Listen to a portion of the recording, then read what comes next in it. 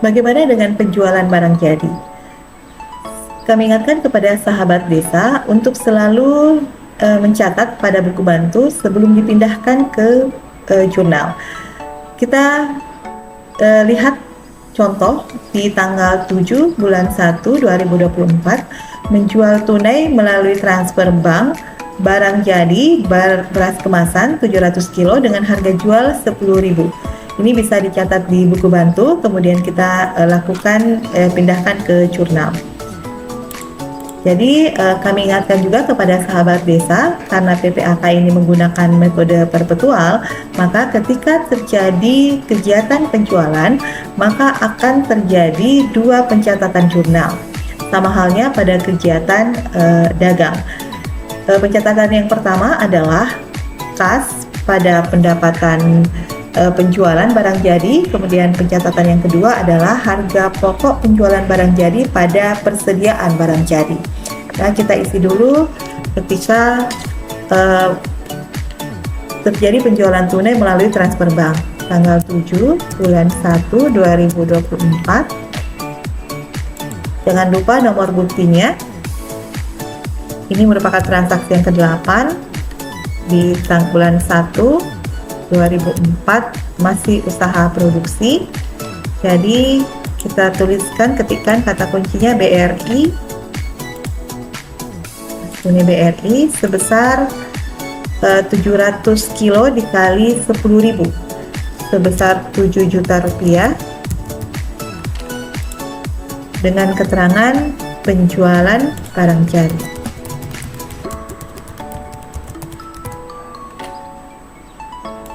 Ini bisa di copy, kemudian ini juga karena pada saat kegiatan penjualan yang terjadi adalah kas bertambah dan pendapatan bertambah. Jadi pendapatan berada di sisi kanan karena dia bertambah di kredit. Jadi pendapatan penjualan.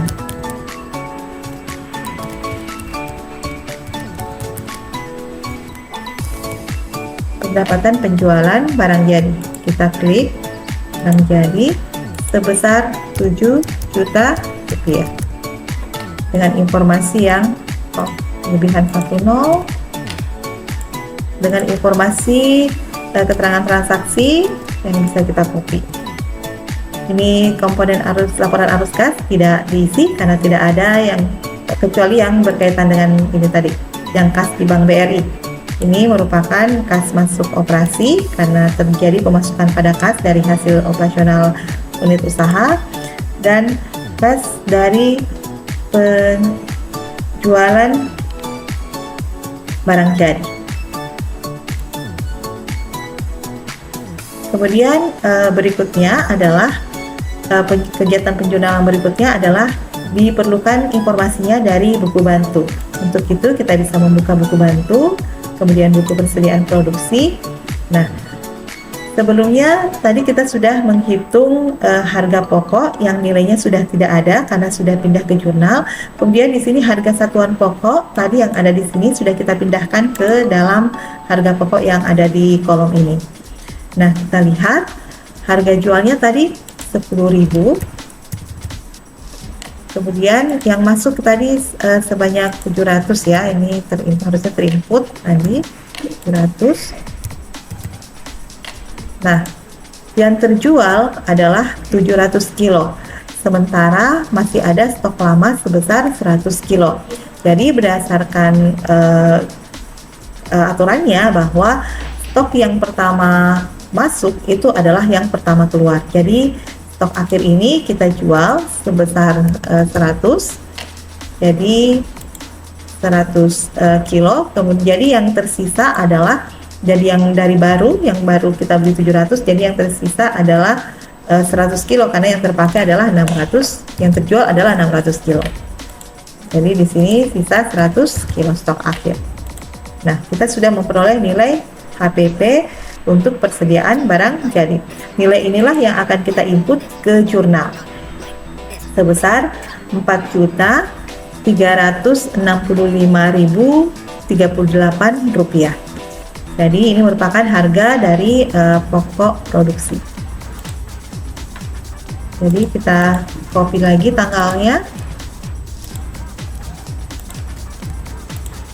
Kemudian di sini harga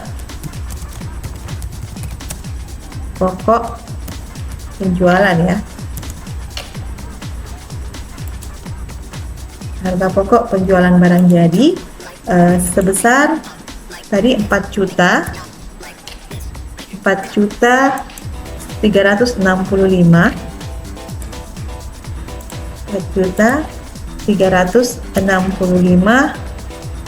38 rupiah dengan keterangan penjualan barang jadi. Ada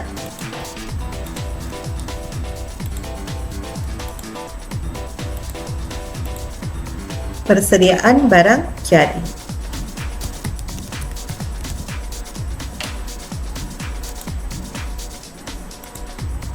Sebesar 4.365.38 rupiah. Dan informasi yang sama.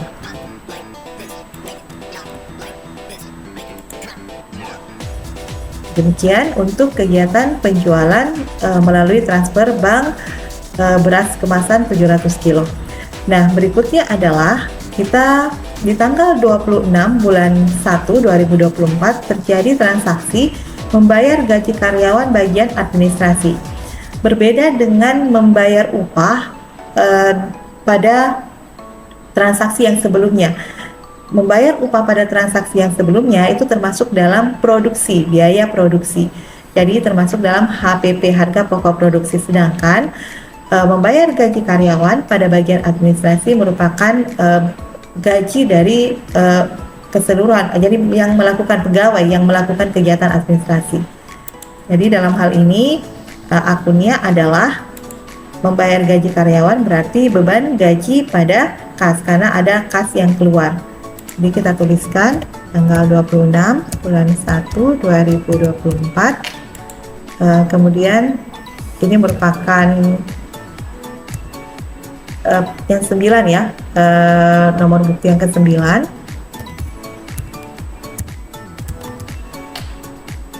Dengan gaji. Kata kuncinya, jadi kita drop down jadi beban gaji administrasi umum sebesar 1 juta rupiah.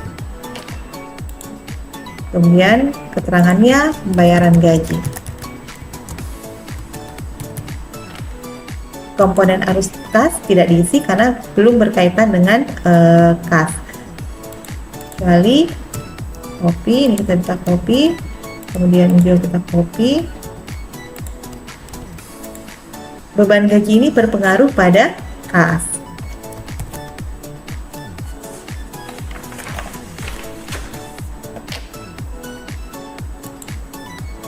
Kas tunai sebesar, karena kas yang berkurang makanya dia berada di sisi kredit dengan keterangan yang sama.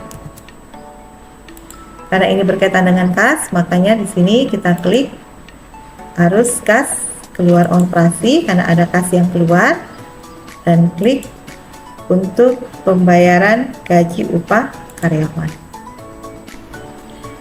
Berikutnya di tanggal 28 Januari 2024 terjadi transaksi membagi laba tahun lalu yang berjumlah 32 juta yang dibagi untuk pengurus sebesar 19.200.000 yang diberikan secara tunai. Kemudian untuk PAD desa sebesar 9.600.000 yang diberikan secara transfer bank melalui transfer bank, dan pengembangan usaha sebesar 3.200.000. Adapun jurnalnya adalah kita ketikkan dulu tanggalnya. Kemudian kita beri kode, ini kita kasih kode 5 yang terjadi di bulan 1 2024 di unit usaha dagang misalnya. Kemudian saldo, karena ini ada saldo laba tahun lalu, jadi saldo laba tahun lalu kita tulis lalu. Saldo laba tahun lalu sebesar 32 juta. Ini tidak berpengaruh di komponen laporan arus kas tapi berpengaruh di saldo awal. Kemudian masih di tanggal yang sama, misalnya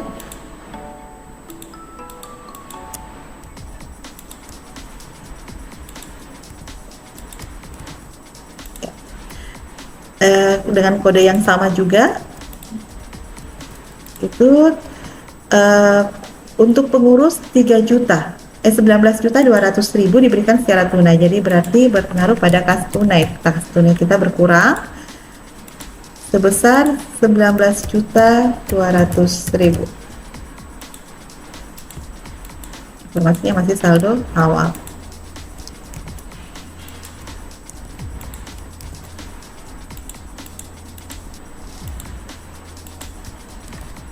Kemudian ada transfer bank, jadi kata kuncinya kita tuliskan BRI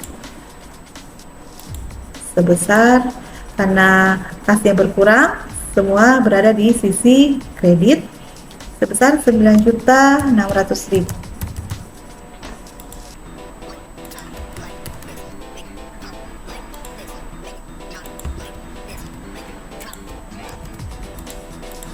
Kemudian pengembangan usaha itu ada saldo laba ditahan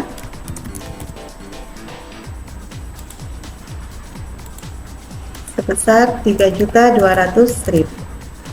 Informasinya masih saldo awal. Jadi sudah balance ya, sudah seimbang antara sisi kiri dan sisi kanan. Berikutnya, bagaimana ketika terjadi sudah akhir periode bulanan? Yang perlu dilakukan adalah melakukan kegiatan penyesuaian. Yang disesuaikan adalah aset serta penyesuaian pada saldo bank. Nah, kita lihat dulu di transaksi tanggal 31 Januari 2024 mencatat penyusutan aset tetap berupa peralatan tenda yang ada di buku bantu. Nanti nilainya akan kita peroleh di buku bantu. Untuk penyusutan, akun yang terjadi adalah beban penyusutan pada akumulasi penyusutan. Beban penyusutan ini bisa diperoleh nilainya di buku bantu. Jadi kita ketikkan dulu tanggal 31 2024, kemudian dengan kode 5124C. Jadi beban penyusutan sewa tenda ya, karena penyusutan pada tenda. Jadi kita lihat di buku bantu ada tenda sebesar 133 penyusutan bulan setiap bulan ya, selama 60 berdasarkan umur ekonomisnya, Rp133.333. Jadi ini yang kita ketikkan. Jadi, di sini akunnya adalah beban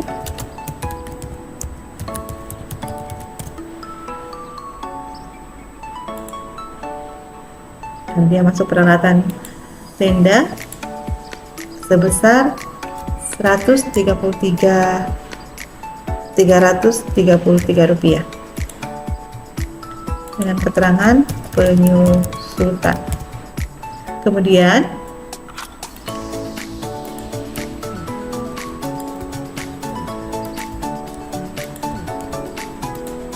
akun berikutnya adalah berpengaruh pada akumulasi penyusutan.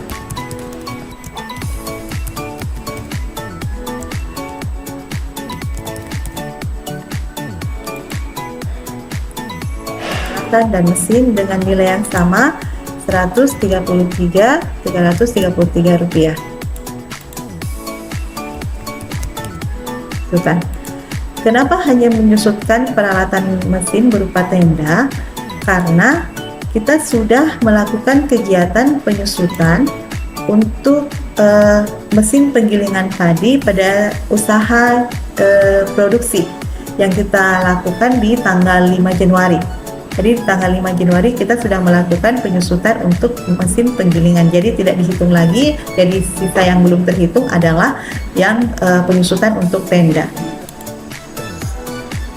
Kemudian berikutnya adalah bagaimana dengan penyusutan kendaraannya. Nah, di 31 bulan Januari 2024, misalnya di sini 6 bulan 1 2024 untuk unit usaha dagang misalnya. Karena dimanfaatkan untuk unit usaha dagang, di sini beban penyusutan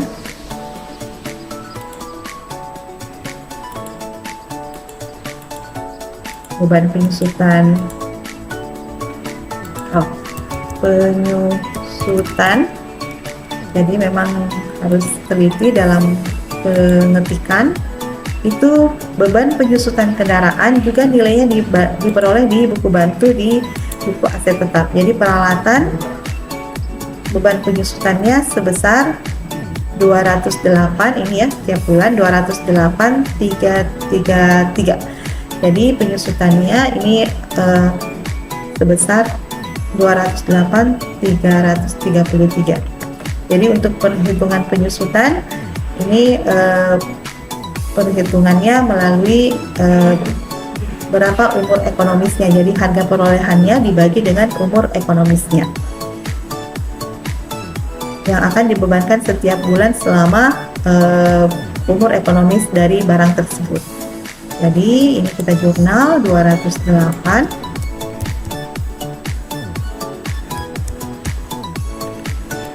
Informasi penyusutan.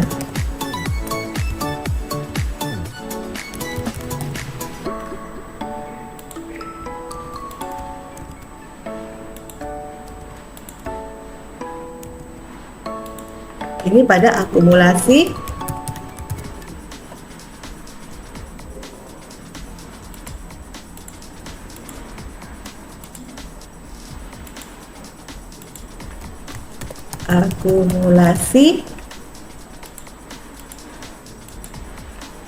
apa tidak ada ini akumulasi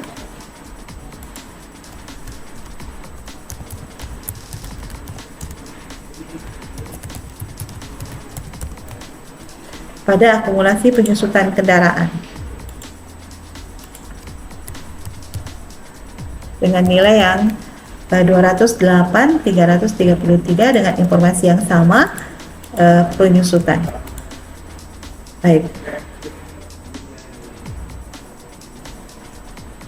Demikian untuk jurnal penyusutan. Nah, sekarang bagaimana dengan penyesuaian? Penyesuaian biasanya yang terjadi adalah berbeda antara saldo bank dengan yang ada di neraca saldo. Nah, ini pada akhir kegiatan periode akuntansi kita juga dapat melakukan penyesuaian untuk saldo bank dengan neraca saldo. Seperti contoh tanggal 31 Januari 2024 mencatat penyesuaian saldo bank karena saldo real bank ini kita misalkan 31.944.322 lebih besar daripada yang di neraca saldo yang hanya sebesar 31.744.322 rupiah. Jadi ada perbedaan, ada selisih sebesar 200.000. Jadi jika demikian maka kita akan melakukan penjurnalan sebagai berikut. Jadi neraca saldo ini kita peroleh nilainya dari, kita lihat di neraca saldo setelah melakukan penginputan. Neraca saldo ini sebesar neraca saldo di bank ya, kas di bank itu sebesar 31.744.322 rupiah. Nah, bagaimana jurnalnya? Kita tuliskan dulu tanggalnya. Kemudian kita misalkan nomor buktinya 12124D misalnya. Kemudian di sini kas di bank ya, kas bank. Jadi kita tulis BRI kata kuncinya karena ini kasnya ada di bank BRI, bisa juga di bank lainnya. Itu sebesar karena selisihnya 200.000 dianggap ada pendapatan bunga sebesar 200.000. Jadi 200.000 jadi bertambah di kas di BRI-nya, bank BRI-nya. Kemudian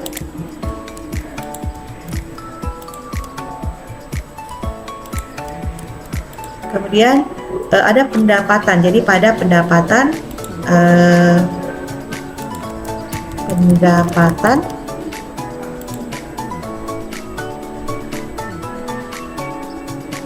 pendapatan bunga bank ya.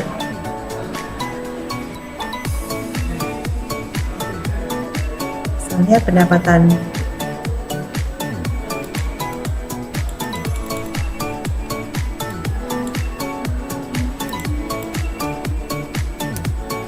kita tulis pendapatan bunga bank, klik untuk mendapatkan akunnya ya, sebesar 200.000.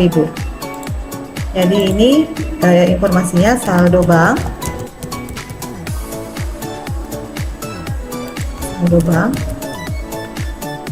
karena berpengaruh pada kas. Jadi ada kas masuk operasi pada penerimaan dari bunga bank, penerimaan kas dari bunga bank. Begitu juga untuk ketika dia lebih kecil, misalnya di tanggal 31 bulan 1 2024, kita contohkan transaksi dengan kode yang sama 24D. Ini berarti karena nilainya lebih kecil, saldo kita lebih kecil daripada neraca saldo, berarti diperkirakan ada pendapatan beban administrasi. Biasanya ada beban administrasi. Di sini mungkin ada kekeliruan sebesar 200.000. Jadi kita karena beban, berarti beban administrasi berada di kredit. Kita klik beban administrasi bank misalnya.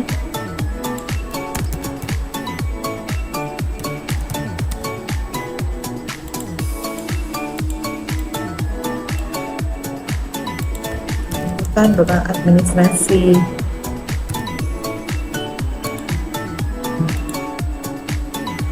Misalnya ini pada kas di bank karena kasnya berkurang.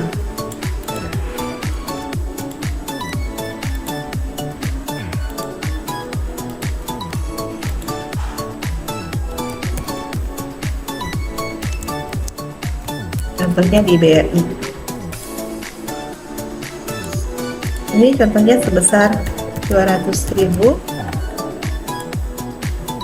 Ini juga 200.000. Ini keterangannya saldo bank. Juga keterangannya saldo bank.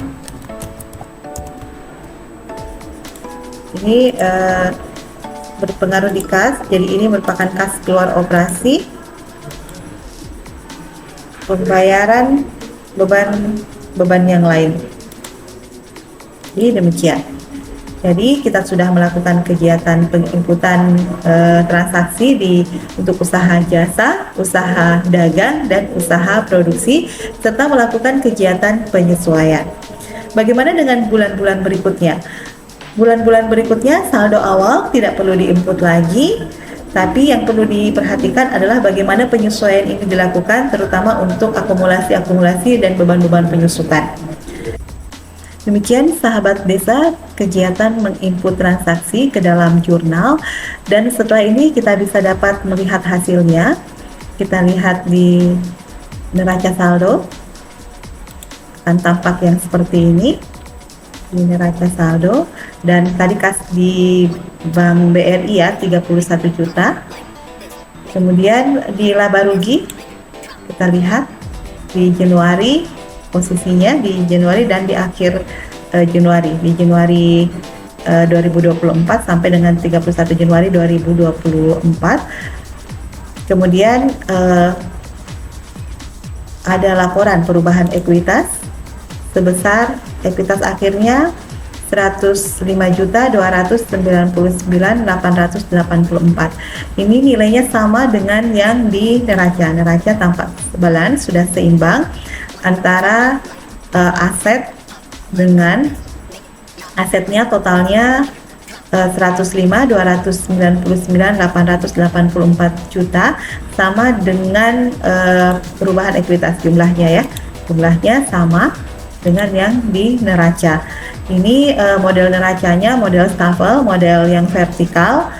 Total asetnya sama dengan seimbang dengan antara kewajiban dan ekuitas. Jadi dengan jumlah 105.299.884. Ini juga nampak di perubahan ekuitas. Jadi demikian laporan keuangan yang Bapak Ibu dapat manfaatkan untuk menyajikan laporan keuangan yang lengkap bagi badan usaha milik desa. Terima kasih atas perhatian. Mohon maaf sekiranya terdapat hal yang kurang berkenan, dan semoga apa yang kita sampaikan dapat bermanfaat bagi Bapak Ibu sahabat desa. Terima kasih dan sampai ketemu lagi di tutorial berikutnya.